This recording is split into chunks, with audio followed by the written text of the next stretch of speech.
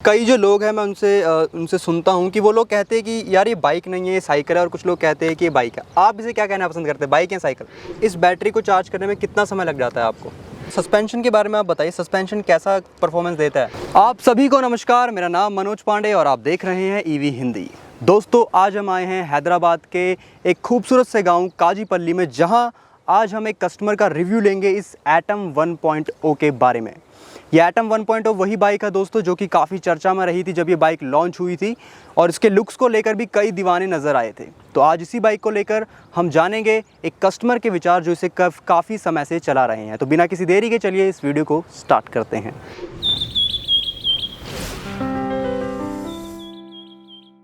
तो अब हमारे साथ जुड़ चुके हैं इस शानदार एटम 1.0 के ओनर अरुण। अरुण, सबसे पहले आपका स्वागत है हमारे चैनल। धन्यवाद भैया, आपको काजीपल्ली गांव में स्वागत है। जी धन्यवाद आपका हमें यहाँ बुलाने के लिए। तो अरुण, आपने KGF मूवी देखी है? हाँ भैया, मैं देखा था। जी, तो कभी इस बाइक को जब आप चलाते हैं तो कभी किसी ने आपको कहा सलाम रॉकी भाई, ऐसा कुछ? हाँ भैया, मैं जब भी एक गाड़ी को लेकर रास्ते पे चलाता हूँ या जब भी मैं कॉलेज को जाता हूँ, जितने भी लोग सड़क पे होते हैं सभी मुझे सलाम रॉकी भाई बोलते थे और गाते थे और तारीफ भी करते थे, और बहुत लोग नज़दीक आके सेल्फी भी लेते थे क्योंकि इसकी लुक ऐसी है। जी, तो अब आप हमारे दर्शकों को मैं चाहूँगा आप ये बताइए कि आपने इस एटम 1.0 को कब लिया था, कितने में लिया था और कहाँ से लिया था? मैं एटम 1.0 को एग्जैक्टली मार्च 29, 2022 के दिन में बुक किया था। 999 रुपये 999 बुक पे करके बुक किया था, और मुझे अप्रैल 13 के दिन हमारी शोरूम पे डिलीवरी हो चुकी है। और उन्होंने मुझे कॉल किए थे, तब मैंने कॉलेज में था, मैंने उनसे कहा था कि अगले दिन आऊँगा, और अप्रैल 14 के दिन मैं शोरूम पे जाके लिया था, और वो भी मैं पेमेंट चेक के द्वारा दिया था। तो आपने शुरू में 1000 रुपये दिए थे और बाद में जितने भी रिमेनिंग बैलेंस था वो कितने में चेक में दिया था? कितना था वो? 54,600 यानी अप्रोक्सीमेटली 55,000 के करीब इन्होंने इस बाइक को लिया था। और डिलीवरी पीरियड ऑफ टाइम क्या था, कब बुक किया और कितने मुझे एग्जैक्टली 15 दिनों में मिल चुका था। 15 दिनों के अंदर ये बाइक आपको मिल चुकी थी। तो अरुण, अब मैं जानना चाहूँगा कि आपने इसे लिया कहाँ से था, मतलब इजीली अवेलेबल है ये बाइक या ऑनलाइन बुक किया था आपने? नहीं, ये बाइक इजीली अवेलेबल है। हम बेगमपेट के नज़दीक रसूलपुरा मेट्रो स्टेशन की बाजू में ही इसकी शोरूम है, लेकिन हम इसको ऑनलाइन पे ही बुक कर सकते हैं। मैंने वहाँ गया था, लेकिन उन्होंने मुझे बताया था कि ऑनलाइन पे ही बुक करना है, तो मैंने ऑनलाइन पे ही बुक किया था। उस समय इसकी दाम है 55,000। तो मुझे ऑनलाइन पे बुक करने के बाद मुझे कंफर्मेशन ईमेल आई थी, उसके बाद मैंने चेक पेमेंट किया था, मुझे बाइक मिली थी। अच्छा, तो मतलब जो लोग इस बाइक को खरीदने के बारे में सोच रहे हैं वो ऑनलाइन बुक कर जाएं, डायरेक्ट डीलरशिप में ना जाए, आप ये कहना चाहते हैं? हाँ भैया, अगर हम जाते भी हैं शोरूम पे, उन लोगों ने हमसे यही बताते हैं कि हम ऑनलाइन पे ही बुक करें 999 रुपीज़ पे करके, क्योंकि उन्होंने जो भी हमसे बात करते हैं वो स्पेसिफिक ईमेल आईडी होते हैं, उनसे ही हमारी बातचीत होती है। अच्छा, कई जो लोग हैं मैं उनसे सुनता हूँ कि वो लोग कहते हैं कि यार ये बाइक नहीं है, ये साइकिल है, और कुछ लोग कहते हैं कि ये बाइक है। आप इसे क्या कहना पसंद करते हैं, बाइक या साइकिल? मैं तो इसे बाइक ही कहना चाहता हूँ, क्योंकि इसकी जो टॉप स्पीड है 25 किलोमीटर पर आवर है। हम आसानी से जा सकते हैं, लेकिन दिखने में जो है ना, इसकी हेडलाइट नहीं है, इसकी वजह से कई लोगों ने इससे साइकिल भी कहते हैं, लेकिन मैं तो इसको बाइक ही कहता हूँ, क्योंकि जो है ना हम 25 स्पीड तो जा सकते हैं, वो मेरे लिए वो बहुत काफ़ी है। अच्छा, आप किस पर्पज़ के लिए इस बाइक को यूज़ करते हैं ज़्यादा आप हमें दर्शकों को बताइए प्लीज़। मैं तो फ़िलहाल बीटेक थर्ड ईयर पढ़ रहा हूँ, तो मुझे मेन मकसद है कि मेरी 4th ईयर ख़त्म करना है, वो भी अफोर्डेबल प्राइस में। तो मैंने पूरा ढूंढा था, रिसर्च किया था, तब मुझे एटम 1.0 इलेक्ट्रिक बाइक मिली थी, क्योंकि एटम 1.0 से जो ना 55,000 में मैं हर दिन कॉलेज को जाता हूँ आता हूँ। करीब 15 किलोमीटर्स होती है मेरी कॉलेज, हर दिन 30 किलोमीटर्स में ट्रैवल करता हूँ। तो मेन पर्पस है कॉलेज को जाना है आना है, तो मेरी मेन पर्पस है कॉलेज के लिए मैं खरीदा था। तो टॉप स्पीड तो इसकी 25 किलोमीटर आ रहा है। आपने टॉप स्पीड तो खूब इस बाइक को चलाया होगा, लेकिन जो रेंज इस बाइक में बताते हैं दोस्तों, वो रेंज बताती है, कंपनी क्लेम करती है 100 किलोमीटर पर आवर। तो अरुण, कभी आपने 100 किलोमीटर पर आवर की रेंज आपको इसमें मिली हो? कंपनी वाले ने हमको ये बताया था कि ये 100 किलोमीटर जाते हैं, लेकिन मैंने सिर्फ 60 किलोमीटर चलाया था, लेकिन फिर भी चार्जिंग बचा हुआ है। तो मुझे लगता है गारंटी 85 to 90 किलोमीटर बिल्कुल हमको आएगा ही आएगा, क्योंकि जो ना हम फुल चार्जिंग लगाने पर हमको वो चार्जिंग सिंबल हम डिस्प्ले में देख सकते हैं। मैं 60 किलोमीटर चलाने के बाद भी चार्जिंग बहुत बच गया है, इसका मतलब है डेफिनेटली 85 to 90 किलोमीटर रेंज हमको मिलता है इस बाइक से। चलिए, तो ये तो अच्छी बात हुई, और काफ़ी अच्छा मौसम भी हो गया, काफ़ी अच्छी हवा चल रही है यहाँ पे इस वक्त। चार्जिंग की बात छिड़ी है तो मैं सबसे पहले आपको कहना चाहूँगा कि पूछना चाहूँगा कि जब आपने इस बाइक को खरीदा था, चार्जर आपको साथ में मिला था या अलग से पैसे दिए थे आपने? नहीं भैया, जब हमने बाइक को खरीदते हैं पूरा सब वो देते हैं, चार्जर भी और चार्जिंग भी। हम नीचे एक सॉकेट होती है वहाँ लगा सकते हैं, यहाँ नीचे। और एक जो होते हैं कोई अपार्टमेंट में रहते हैं उन लोगों के लिए जो है ना ये डिटैचेबल है, हम बैटरी को निकाल के 10th फ्लोर या 12th फ्लोर कहीं पे भी जाके हम लगा सकते हैं। लेकिन मेरी घर पे जो है पार्किंग है, इसलिए मैं बैटरी को नहीं निकालता हूँ, चार्जिंग लगाता हूँ बाइक के नीचे, यहाँ सॉकेट होती है। अच्छा, तो बैटरी मतलब आप रिमूवेबल बैटरी है, बाइक में भी चार्ज कर सकते हैं लगा के और अलग से भी चार्ज कर सकते हैं। चलो एक और अच्छी बात हुई इस बाइक के बारे में। आपने इस बैटरी को चार्ज करने में कितना समय लग जाता है आपको? इस बैटरी को पूरी चार्ज करने के लिए 3.5 से 4 घंटा लगता है, लेकिन मैं तो हर दिन 1.5 घंटा 2 घंटे में फुल हो जाती है, क्योंकि मैं हर दिन 100 किलोमीटर नहीं चलाता हूँ। मेरी जो है ना तकरीबन 30 किलोमीटर या 40 किलोमीटर चलाता हूँ हर दिन, क्योंकि मेरी मेन मकसद है कॉलेज को जाना है और आना है। इसकी वजह से हर दिन 1.5 घंटे में या 2 घंटे में मैक्सिमम फुल हो जाता है। फुल होने के बाद ये साउंड करती रहती है, अलार्म साउंड होती है। उस अच्छा। अलार्म साउंड हम जब भी सुनते हैं बस सीधा जाके ऑफ करना है। अगर गलती से भी हम ऑफ नहीं करते हैं ना, फिर भी उसकी जो चार्जिंग ऐसा डिज़ाइन किया है कि मान लो हमने चार्जिंग लगा के सो चुके हैं रात में, फिर भी सुबह तक वो ऑटोमेटिकली कट ऑफ करता है। तो सर्च कट का ऑप्शन इसमें मिल जाता है। ठीक है, और अलार्म भी आपको मिलता है जब ये बाइक फुल चार्ज हो जाती है। बहुत जोर से चिल्लाते हैं। कितना कंजप्शन ले लेती है बाइक? आपको क्या लगता है कितने यूनिट ये लेती है फुल चार्ज होने में? भैया सिर्फ और सिर्फ 1 यूनिट। 1 यूनिट में फुल चार्ज? हाँ भैया, कमाल की बात है ये तो। और मैं आपसे ये जानना चाहूँगा, 1 यूनिट फुल चार्ज 0 to 100%? क्योंकि आपने बताया कि आपने कभी 0 to 100% चार्ज नहीं किया, बीच नहीं बीच से भैया। अभी तक मैं जब से ये बाइक खरीदा था अभी तक बाइक ऐसी परिस्थिति कभी नहीं देखा था कि ये बाइक 0 चार्ज हो चुकी है। हमेशा जो है ना कम से कम 50% तो हमेशा रहता ही रहता है, क्योंकि मैं हर दिन 50% कह सकते हैं 1 यूनिट में चार्ज हो सकता है। हाँ भैया, हमने 0 से 100% तो अभी तक चार्ज हमको जैसे करंट बिल आते हैं हमको कोई फर्क भी नहीं पड़ता है कि बाइक की वजह से कुछ ज्यादा आया कुछ कम आया, ऐसा हम फर्क भी नहीं लेते, क्योंकि जो फर्क महसूस ही नहीं होता है कि ये बाइक इतनी कम कंजप्शन लेती है। मैं पूछना आपसे भूल गया बातों में, कितने वॉट की बैटरी का इसमें इस्तेमाल किया गया? भैया जो है ना 48 वोल्ट 24 एम्पियर की बैटरी यूज कर चुकी है, लिथियम आयन की है। इसकी जो बैटरी जो है ना सेम 3.5 आवर से 4 आवर चार्जिंग लगाने से 100 किलोमीटर चलाती है। और इसकी जो बैटरी की लाइफ उन्होंने बताया कि 5 ईयर्स, लेकिन वारंटी जो है ना 2 साल की दिए हैं। जी, आप इस बाइक को करीब अप्रैल से चला रहे हैं, आपको लगता है कि बैटरी जो डिग्रेड होती है, एक बैटरी ना जल्दी, जैसे फ़ोन होता है, फ़ोन हम खरीदते हैं लेकिन कुछ समय के बाद फ़ोन की जो बैटरी होती है जल्दी खत्म होने लग जाती है, ये भी एक तरह से एक मशीन ही है, तो क्या इसकी बैटरी भी ऐसा कुछ आपको फील होता है या पहले जैसे खरीदी थी वैसी ही बैटरी की परफॉर्मेंस अभी तक है? भाई मैं अभी तक ऐसा कुछ अनुभव नहीं किया था। बैटरी तो बहुत अच्छा है, ठीक है। मैं जैसे हर दिन सुबह कॉलेज जाता हूँ, वापस घर लौटता हूँ, फिर भी बैटरी जो है ना अभी तक कुछ प्रॉब्लम नहीं है। लेकिन छोटी सी जो है ना हम हमेशा ध्यान में रखना है, जब भी हम रफ सरफेस पे गाड़ी को चलाते हैं तब बैटरी जो है ना थोड़ा हिलाने लगते हैं। इसके लिए एक बेल्ट दिया है कंपनी वालों ने, हम हमेशा बेल्ट को एडजस्ट करना बहुत ज़रूरी है, चाहे सुबह हो या शाम हो, या एक बेल्ट दी जाती है, बेल्ट को हम एडजस्ट करना है ताकि हम जब रफ सरफेस पे जाते चलते हैं तब बैटरी इधर उधर नहीं होते, बैटरी मूव नहीं होती, जहाँ फिट किया है फिट रहे बैटरी। ठीक है, आपने इसके साथ जो चार्जर मिलता है वो एक पोर्टेबल चार्जर रहता है इजीली, जिसको घर में कहीं भी स्विच लगा सकते हैं। कभी फास्ट चार्जर से चार्ज करने की कोशिश की? भैया इसको फास्ट, कंपनी ने ये बताता है कि किसी भी हालत में इसको फास्ट चार्जिंग ऐसा ना यूज़ करे ताकि हमारी जो बैटरी की जो लाइफ होते हैं ना वो ज़्यादा देर तक चले। इसलिए मैं ना दूसरे कोई भी चार्जर नहीं यूज़ करता हूँ, वही चार्जर यूज़ करता हूँ जो कंपनी ने मुझे दिया है, ताकि हमारी जो बैटरी की लाइफ कम से कम 5 साल तो आए।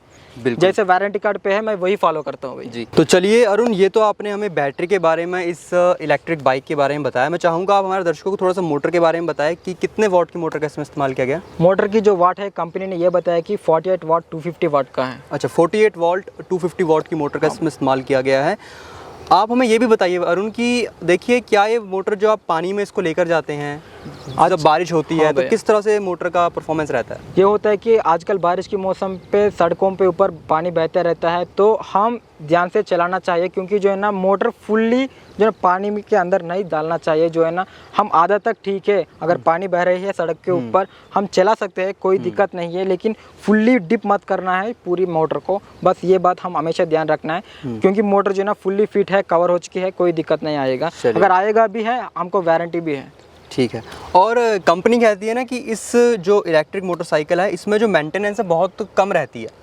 हाँ भाई, आपको ऐसा लगता है कि मेंटेनेंस बहुत कम है? कभी आपने घर में खुद इसकी साफ सफाई की हो, मेंटेनेंस की हो, कैसे करते हैं? हाँ भाई, अभी तक मैंने 4 महीने हो चुके हैं, अभी तक मैंने इसके ऊपर 1 रुपये भी खर्चा नहीं किया हूँ, क्योंकि जो है ना मेंटेनेंस कुछ नहीं होता है। बस जो है ना ब्रेक्स को हम 600 करीबन 630 630 रुपीज़ ऐसा होता है अप्रॉक्सीमेटली। हर एक 500 किलोमीटर पे हम बस ब्रेक्स को चेंज करना पड़ता है, उसके अलावा और कुछ नहीं। जो भी नट्स और बोल्ट्स हैं हम खुद से भी टाइट कर सकते हैं भैया जी। कोई मेंटेनेंस तो बिल्कुल नहीं। अच्छा, आप कॉलेज गोइंग किड है, कॉलेज में तो रहता है ये यार दोस्त एक एक बाइक में 3-3 4-4 भी बैठ जाते हैं।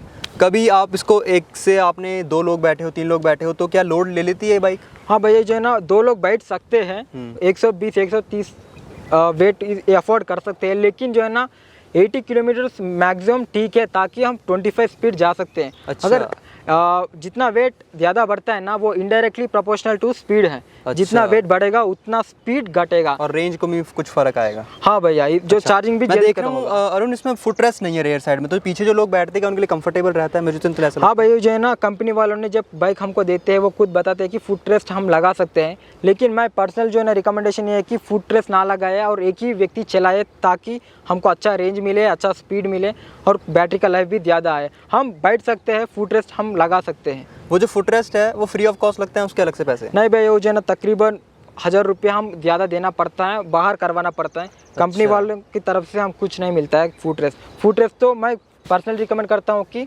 हम सिंगल ही चलाएं गाड़ी, ताकि 25 स्पीड हम जा सकते हैं और बैटरी की लाइफ भी ज़्यादा आए।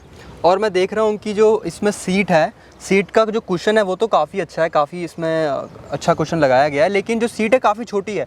तो अभी आप जैसे कभी जा रहे हैं ड्राइव पे, आपको ऐसा लग रहा है अनकंफर्टेबल हुई हो ये सीट आपके लिए? नहीं भैया, हम पहले जब बैठते हैं हम खुद को बैलेंस करना बहुत ज़रूरी है। सीट जो है ना बहुत अच्छी है, उसमें कोई दिक्कत नहीं है, लेकिन जब हम रफ सरफेसेस पे ज़्यादा स्पीड से जाते हैं तब हम गिर जा सकते हैं, वो भी हम 25 स्पीड से जाने पर। इसलिए मैं ये कहता हूँ कि जब भी हम बैठते हैं ना तभी हम खुद को बैलेंस करना बहुत ज़रूरी है। और सीट तो बहुत अच्छा है, बस रफ सरफेसेस पे सिर्फ ध्यान रखना। रफ सरफेस पे थोड़ा सा दिक्कत होती है इस बाइक में। और सस्पेंशन के बारे में आप बताइए, सस्पेंशन कैसा परफॉर्मेंस देता है? सस्पेंशन और शॉक अब्जॉर्बर तो बहुत अच्छा है भैया, कोई बैक पे नहीं आता था, क्योंकि जो पिछली इसकी जो मॉडल था उसमें सस्पेंशन नहीं था, उसकी वजह से जो है ना बैक पेन आ सकते हैं। लेकिन अभी जो है ना मुझे तो कोई बैक पेन अभी तक नहीं आया है, 4 मंथ्स हो चुका है। सस्पेंशन तो मेरी हिसाब से डिसेंट है, काफ़ी डिसेंट है। और जो टायर्स है ट्यूबलेस टायर्स है, काफ़ी चौड़े टायर्स का इसमें इस्तेमाल किया गया भैया। जो है ना टायर तो बड़ा है लेकिन ट्यूब टायर है, ट्यूबलेस तो नहीं है। ट्यूबलेस टायर आपको इसमें नहीं मिलेगा। नॉर्मल बाइक की तरह हम कोई पंक्चर हुआ तो ट्यूब निकालना है, डालना है बस। और जो डिस्क ब्रेक में देख रहा हूँ बिल्कुल ना पतली सी, जैसे साइकिल्स में डिस्क ब्रेक यूज़ की जाती है वैसी ही डिस्क ब्रेक इसमें है, तो ब्रेकिंग एक्सपीरियंस कैसा रहता है? भैया ब्रेकिंग एक्सपीरियंस जो है ना काफ़ी डिसेंट है। हम जो है ना सडनली हम ब्रेक्स के ऊपर फोर्स अप्लाई नहीं करना चाहिए, जो है ना स्मूथली हम ब्रेक को हैंडल करना है। जब भी फॉर एग्जांपल हम रास्ते पे जाते हैं, ऑटो वाले होते हैं हैदराबाद में, जो है ना सडनली वो स्टॉप करते हैं, उसकी वजह से हम सडनली ब्रेक नहीं फोर्स अप्लाई नहीं करना है, ताकि ये होता है कि जो है ना ब्रेक्स ब्लॉक होता है, फिर उसको एडजस्ट करने में जो है ना 2-3 सेकंड्स होता है, हमको समय लगते हैं। उसके जो ट्रैफिक में जो होता है ना पीछे वाले गाड़ी हमको जो है ना ओवरटेक कर सकते हैं, इसलिए जो है ना हम ब्रेक्स को काफ़ी डिसेंटली और स्मूथली हैंडल करना बहुत ज़रूरी है। तो मतलब ट्रैफिक में थोड़ी समस्या आती है? हाँ, ब्रेकिंग में जो है ना स्मूथली हैंडल करना है, स्पेशली ट्रैफिक में। और मैं रिकमेंड करता हूँ लॉरी ऑटो जो भी होते हैं बड़े गाड़ी, हाँ, उसके पीछे ना चले, हम साइड पे आराम से चले हैं खुद। और काफ़ी लाइट व्हीकल है, तो मतलब कैसा एक्सपीरियंस रहता है इसको सड़क पे चलाने का? आपको लगता है कि आप व्हीकल चला रहे हैं, कैसा रहता है? हाँ भैया, जो है ना पूरे जो जितने भी पार्ट्स है वो बहुत लाइट वेट है, हमको महसूस भी नहीं होता है कि हम एक गाड़ी चला रहे हैं। फॉर एग्जांपल बहुत सारे गाड़ी होते हैं जो पल्सर हो या पेट्रोल की बाइक जो भी हो, वो बहुत वेट होते हैं, लेकिन ये जो गाड़ी ना अगर हम पल्सर चलाने के बाद अगर ये गाड़ी हम खरीदते हैं ना, हमको महसूस भी नहीं होता है कि ये गाड़ी है, हम हवा पे उड़ रहे हैं, ऐसा हमको लगता है जी। और मैं देख रहा हूँ इसमें लाइट्स बहुत पतली पतली छोटी छोटी लाइट्स का इस्तेमाल किया, कभी इससे दिक्कत आपको महसूस? क्योंकि ब्राइट लाइट्स मुझे नहीं लगता है बहुत ज़्यादा ब्राइट लाइट्स होंगी। भाई जो LED जो लाइट दिया है हेडलाइट पे जो है ना काफ़ी डिसेंट है, शॉर्ट डिस्टेंस तक हम जा सकते हैं, लंबे नहीं जा सकते, लेकिन जो है ना लाइटिंग तो काफ़ी अच्छी है। लॉन्ग डिस्टेंस हमको लाइटिंग नहीं मिल सकते, लेकिन शॉर्ट डिस्टेंस जो जाना चाहता है रात के समय तो ठीक है, कोई बात नहीं। और मैं देख रहा हूँ काफ़ी कुछ जैसे वायर्स इसमें ओपन है और यहाँ पर की नॉब इसमें ओपन है, तो जब बारिश वगैरह होती है पानी वगैरह जाने का डर रहता है, ख़राब होने का कुछ डर रहता है इसमें? हाँ भैया, कंपनी ने ये बताता है कि ये वाटर प्रूफ है, लेकिन ये जो होता है ना बारिश के मौसम में बिल्कुल एक गाड़ी को मत चलाए, अगर इमरजेंसी है तो चला सकते हैं, क्योंकि ये जो होता है ना इस वायरिंग वो सब बाहर है, सब ठीक है, लेकिन प्रॉब्लम ये होता है कि जब बारिश में हम चलाते हैं, यहाँ जो थ्रोटल होता है ना टॉर्क, इसमें पानी जाके वो प्रॉब्लम हो सकते हैं, दिक्कत हो सकते हैं। तो मैं यही रिकमेंड करता हूँ अगर इमरजेंसी है तो हम बारिश में चलाएं। नॉर्मल बारिश में कोई दिक्कत नहीं, लेकिन बहुत बारिश होता है उस समय गाड़ी को ना चलाए तो बहुत बेहतर है। तो देखिए, अगर आप इस एटम 1.0 को लेने के बारे में सोच रहे हैं तो जैसा जैसा आपको अरुण ने बताया उन बातों का ज़रूर ध्यान रखिएगा। अच्छा अरुण, ये तो चलो बात हुई बाइक की परफॉर्मेंस को लेकर, मैं जानना चाहूँगा कि सर्विस किस तरह की मिलती है आपको इसमें? ये जो है ना, एक कंपनी वालों ने बताया कि डोर स्टेप सर्विस है। हमको पता है अगर कोई प्रॉब्लम हुआ तो उसी दिन हम कॉल करना बहुत ज़रूर है। अगर जो कोई इमरजेंसी प्रॉब्लम है, फॉर एग्जांपल मोटर ने ख़राब हुआ या कंट्रोलर ख़राब हुआ या बैटरी ख़राब हुआ, वो इमीडिएटली आ जाती है। लेकिन छोटी मोटी होती है, जैसे अभी ब्रेक्स है, ब्रेक्स को जो है ना इमरजेंसी नहीं है, वो जो है ना 1 दिन 2 दिन टाइम लेके आते हैं। और जो नज़दीक है वो सीधा बेगमपेट रसूलपुरा जा सकते हैं। लेकिन जो दूर है ना, बिल्कुल उसको सर्विस मिल सकता है, बस थोड़ा टाइम लगेगा क्योंकि उसकी जो सीरियल नंबर होता है उसके अनुसार वो door to door service provide करती है कंपनी, और क्या चार्जेस लेती है? भाई कंपनी वाले तो कुछ 1 रुपये भी नहीं लेता है। मेरे पास तो 1 रुपये भी नहीं लिया था, क्योंकि जो ना कंपनी का पॉलिसी है वो खुद हमारे घर में शायद आपको खरीदे हुए 4 महीने में, इसलिए अभी कुछ फ्री सर्विसेज देते हो शुरू में। हाँ भाई, लेकिन उन्होंने ये बताया कि अभी जो है ना पहली बार वो फ्री सर्विस हमको ब्रेक्स डालते हैं, लेकिन जब सेकंड थर्ड फोर्थ से हम ब्रेक्स जब बदलते हैं ना, वो करीबन 600 रुपये अप्रॉक्सीमेटली होते हैं। हम चेंज करना पड़ता है ब्रेक्स। सिर्फ वो जो है ना ब्रेक की जो है ना उसकी पैसे देना पड़ता है, बाकी जो सर्विसिंग की पैसे कुछ नहीं लगती हैं। जी, तो चलिए, ये तो बात हुई बाइक की परफॉर्मेंस की, स्पेसिफिकेशंस की और सर्विस की। मैं जानना चाहूँगा अरुण, आप बताइए कि इसमें कंपनी कितने साल की वारंटी आपको देती है? कंपनी ने जो है ना स्पेशली जो है ना सिर्फ बैटरी के लिए 2 साल की वारंटी दे चुकी है, लेकिन मोटर के लिए 1 साल, और हम जो चार्जिंग लगाते हैं उसके लिए 1 साल दे चुकी है, और जो कंट्रोलर होता है इसके सीट के नीचे उसके लिए 1 साल दे चुकी है। तो 1 साल 2 साल ऐसे वारंटी सिर्फ बैटरी के लिए 2 साल, और बाकी सब व्हीकल पे आपको 1 साल की वारंटी है। ठीक है। और मैं जानना चाहूँगा आपसे कि जैसे इसमें की नॉब है या जो आपकी ये डैशबोर्ड है, ये जो बटन्स है काफ़ी छोटे छोटे, और इनकी क्वालिटी भी ना काफ़ी ऐसा लगता नहीं कि हाई क्वालिटी का यूज़ किया गया, इसके ऊपर आप क्या कहेंगे? जो ना क्वालिटी जो है ना काफ़ी डिसेंट है, और जो हॉर्न भी बहुत अच्छा है।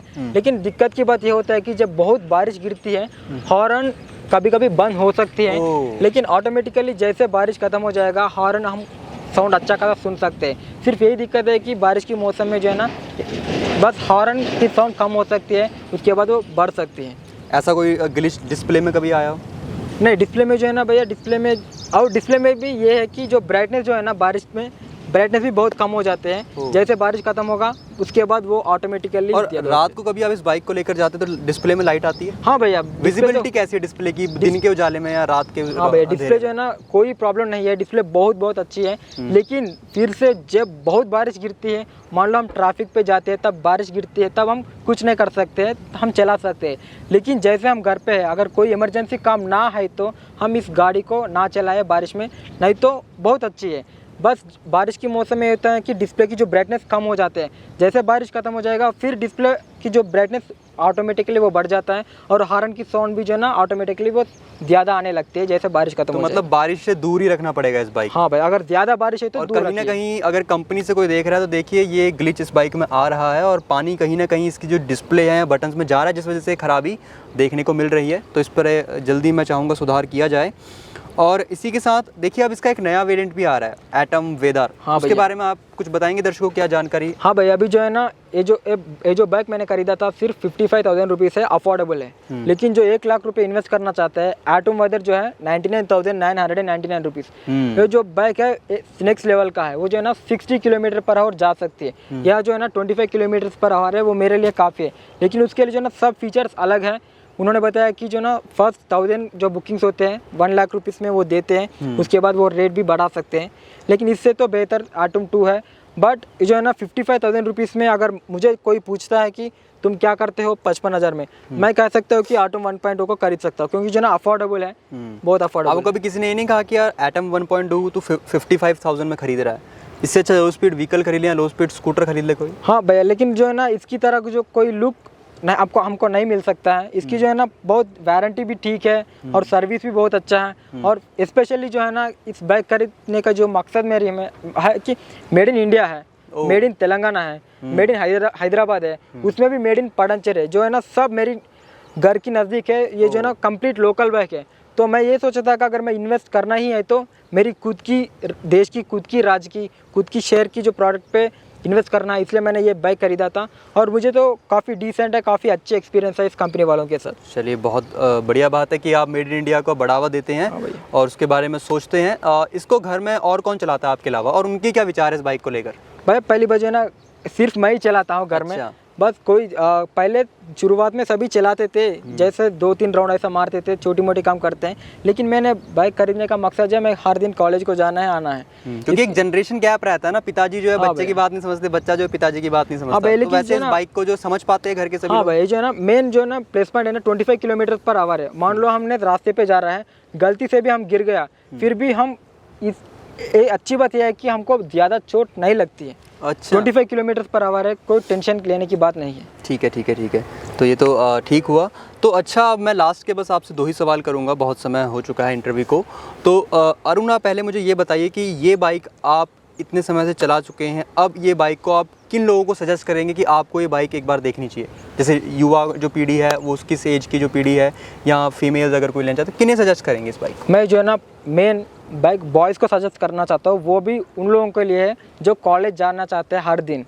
बिल्कुल, अगर आप चाहे डिग्री पढ़ रहे हो या 4 साल की बीटेक पढ़ रहे हो, कोई ग्रेजुएशन आप कर रहे हो, बिल्कुल मैं आपको ही रिकमेंड करना चाहता हूँ, ताकि आपकी पूरी ग्रेजुएशन इसी बाइक पे हो जाए। क्योंकि मेन जो है ना बाइक की पर्पस है स्टूडेंट के लिए है। मेन जो है ना हम पेट्रोल सेव कर सकते हैं और अच्छा लुक है, सब कुछ ठीक है कंपनी की तरफ से भी। मेन जो है ना सिर्फ स्टूडेंट खरीदे, वो भी अब चाहे बीटेक पढ़ रहे हो या चाहे डिग्री पढ़ रहे हो, जो भी पढ़ रहे हो ग्रेजुएशन के लिए, आप पूरी ग्रेजुएशन बस इस बाइक पे जाके फिर घर आके बस आपकी ग्रेजुएशन खत्म कीजिए, बस। तो कॉलेज गोइंग अगर आप किड्स हैं तो आप ज़रूर इस बाइक को ख़रीद सकते हैं और उसके बारे में सोच सकते हैं। अब आखिरी सवाल मेरा आपसे ज़रूरी ये रहेगा कि आप इस बाइक को 5 में से कितने स्टार्स देंगे? भाई, मैं इस बाइक को 5 में से जो है ना 4.5 देना चाहता हूँ। अच्छा। जो इसलिए जो है ना इसकी ब्रेकिंग सिस्टम जो है ना वो काफ़ी डिसेंट है। हाँ। बस वो सुधारना बहुत ज़रूरी है बस। तो बस 5 में से 4.5 स्टार यहाँ पर अरुण की तरफ से इस बाइक को मिले हैं। और सबसे पहले तो आपका धन्यवाद हमें इतना कीमती समय अपना देने के लिए, अपनी यहाँ सुंदर से गांव में बुलाने के लिए। आपको भी बहुत धन्यवाद भैया। जी धन्यवाद। और दोस्तों, ये था अरुण से पूरी बातचीत इस एटम 1.0 को लेकर। अब आपके क्या विचार है इस एटम 1.0 को लेकर, हमारी बातचीत को लेकर, आप हमें नीचे कमेंट सेक्शन में ज़रूर बताएं। और अरुण, मैं चाहूँगा कि आप हमारे दर्शकों को एक बार ज़रूर बोलें कि आप हमारे चैनल सब्सक्राइब कीजिए। बिल्कुल, जो भी दर्शक अभी देख रहे हैं, चाहे कश्मीर से कन्याकुमारी से हो या गुजरात से अरुणाचल प्रदेश से हो, बिल्कुल आप इलेक्ट्रिक व्हीकल को जो बढ़ा देने वाले, जो मेड इन इंडिया को बढ़ा देने वाले जो चैनल जो है, हमारी चैनल को बिल्कुल आप सब्सक्राइब कीजिए, लाइक कीजिए और आपकी दोस्तों के ग्रुप में, व्हाट्सएप ग्रुप में शेयर कीजिए। बस मैं यही चाहता हूँ कि जितने भी लोग देख रहे हैं, बिल्कुल आप वही गाड़ी खरीदें जो मेड इन इंडिया है और हमारे जो देश की इकॉनमी बढ़ा दीजिए। जय Hind. Go green, go electric.